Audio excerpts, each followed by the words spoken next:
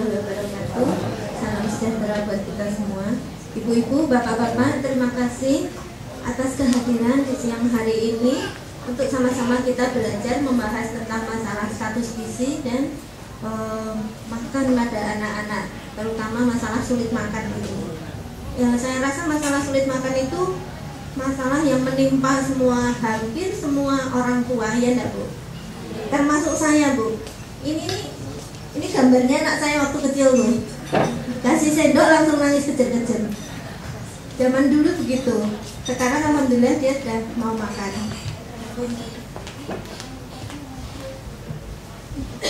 Nah, sebelum kita sampai ke masalah sulit makan itu gitu.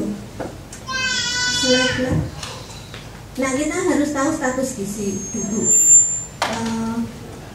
Sebenarnya bisa bolak-balik sih, mau sulit makan dulu atau status gizi. Nah, tapi saya mau bahas tentang masalah gizi dulu. Sebenarnya anak kita nih masuknya gizi normal atau kurang atau lebih atau obesitas gitu ya. Nanti ibu-ibu saya minta untuk menilai anaknya masing-masing ya. Jadi makanya sebelum datang dulu kan udah dikasih tahu, harap tahu berat anaknya, harap tahu tinggi anaknya dan jenis kelamin anaknya. Tahu kalau ada jenis kelamin pasti ya Bu ya.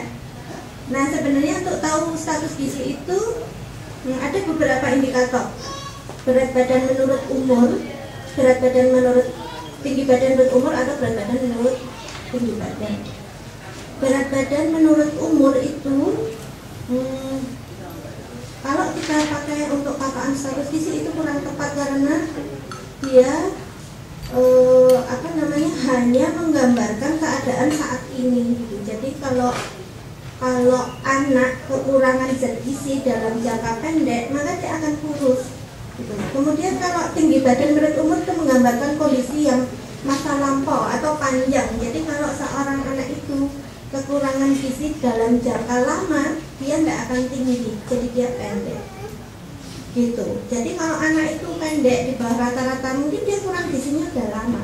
Kalau lama banget bertahun-tahun dia kurang gizi, lingkar kepalanya jadi kecil gitu.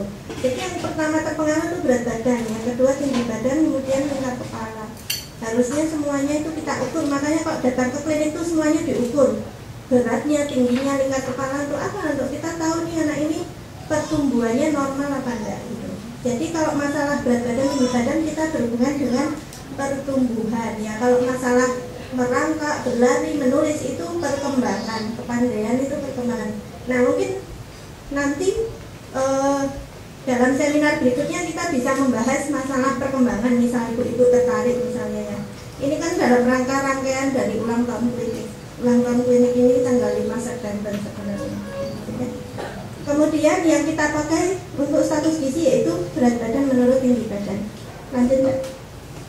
Nah, kita bisa memakai kurva pertumbuhan yang sekarang dianjurkan adalah kurva WH.